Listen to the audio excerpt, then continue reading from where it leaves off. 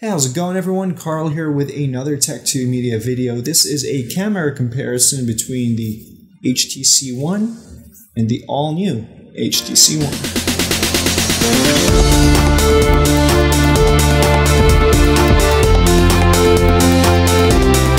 Last year, HTC bet big with the camera on their flagship phone. The HTC One was fitted with a 4-megapixel ultra-pixel camera, a bold move by HTC during the megapixel race between manufacturers. Last year, the 4-megapixel shooter proved that you don't need a large megapixel count to take impressive shots. The HTC One edged out other flagship devices in low light conditions, but under normal light, the HTC was less impressive. Images were noisy and really lacked detail. Fast forward to 2014, and HTC launched the all-new One with the same 4-megapixel shooter, except this time a new sensor was added to gather depth information.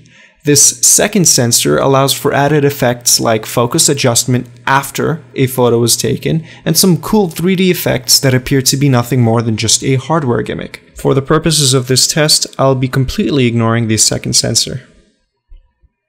This comparison is split into 4 parts. First, I'm going to do a stills comparison in well-lit conditions. Then we'll have a look at how the all-new One performs against the M7 in low-light conditions. And then we'll repeat the test with video footage. At some point during the video comparison, I'm also going to compare audio capture quality.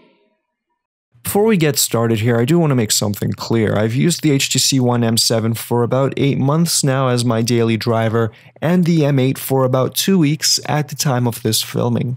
The M7 has been subject to day-to-day abuse, and I had to send it in for warranty services when the camera acted up about 4 months ago.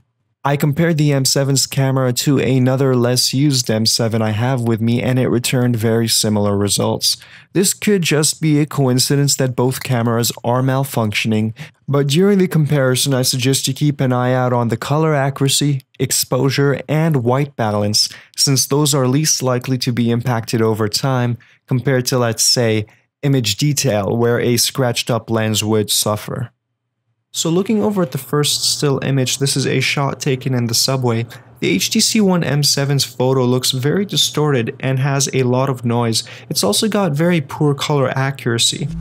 Now switching over to the HTC One M8, it definitely brings in more detail. And as you can see in the side-by-side comparison, the image definitely looks sharper. And although it's slightly less saturated than the M7, the colors do look a lot more accurate. Moving on to the second image, this is a shot taken outside on a cloudy day with natural sunlight. And you see the same issues with the M7 as before. You really can't zoom into the image or crop it because the detail is just not there. But with the HTC One M8, this time you have a more saturated image, but everything looks to be a lot more in focus than the shot taken by the M7. The edges of the buildings actually highlight the detail and sharpness difference between the two devices. Here's another shot outside. Now there's not much I can say about the M7 that's not already been said. The same characteristics seen in the previous 2 photos are evident here as well. This time with the HTC One M8, you can see the difference in dynamic range. Looking at the overall image, the HTC One M8 has a more vibrant look to it, more detail, and a better dynamic range.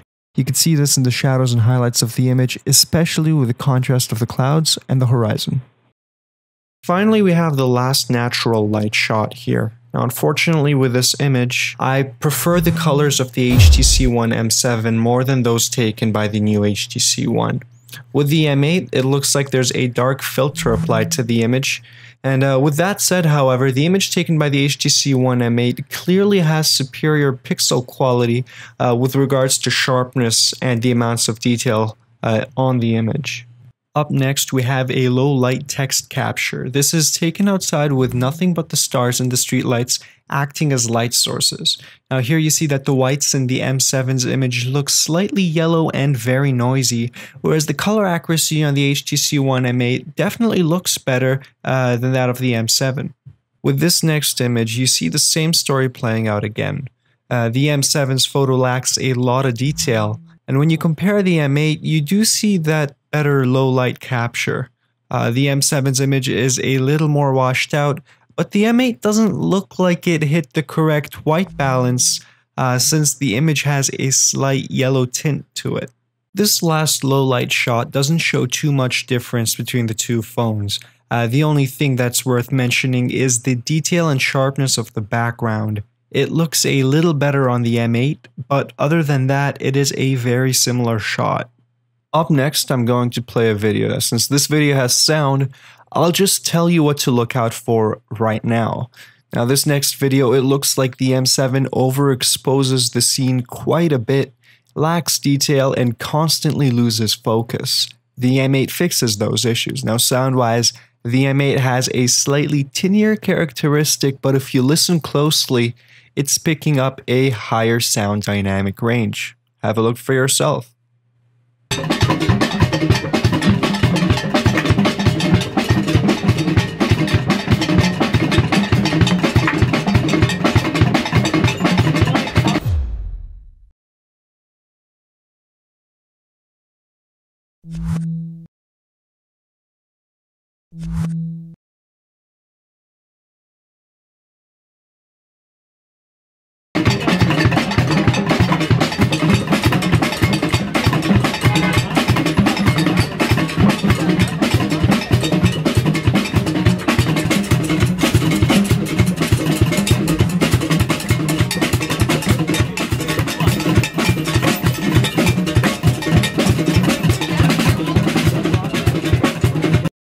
So let's move on to video number 2 that's shot in normal light conditions, and then I'll talk a little bit more about it near the end of the video when it's a little more silent.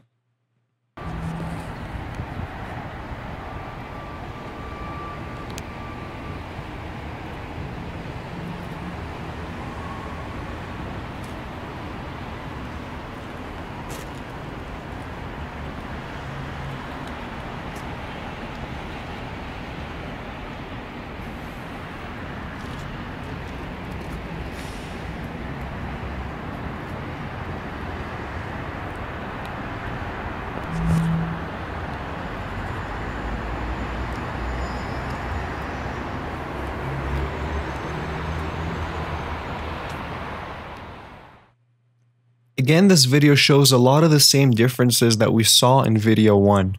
The M7 is overexposed and the M8 has slightly more detail in the shot. Now, if you look at the sky as well, you can actually see clouds with the M8, where with the M7 you just see a bright light. Jumping right into a low-light video comparison, right off the bat, you see that the HTC One M8 is a little brighter than its older brother. It also just looks a little more pleasing to me. But as I move closer to text with contrasting colors, the M7 really does a better job keeping the colors accurate. The whites on the M8 look slightly bluer and the M7 holds the better shot. That's probably because the M7 has a tendency to shoot overexposed scenes. This here is the last video comparison. It starts out in low light and moves outside to natural light conditions. Here you see a small representation of an issue many M7 users were complaining about, the purple monster.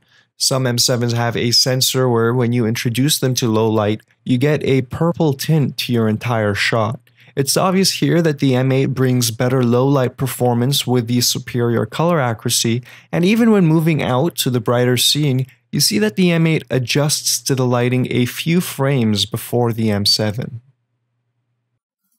Since now you've seen what both phones are capable of, let me know down in the comments below which one you prefer. Personally, I like the quality of the M8 a little bit more than the M7. It's got a little bit more detail, but it's still not up to par when you compare it to the competition like the iPhone or the Samsung Galaxy S5. If you enjoyed this video and would like to see more comparisons, please make sure to leave a thumbs up down below, and I will catch you later. Peace.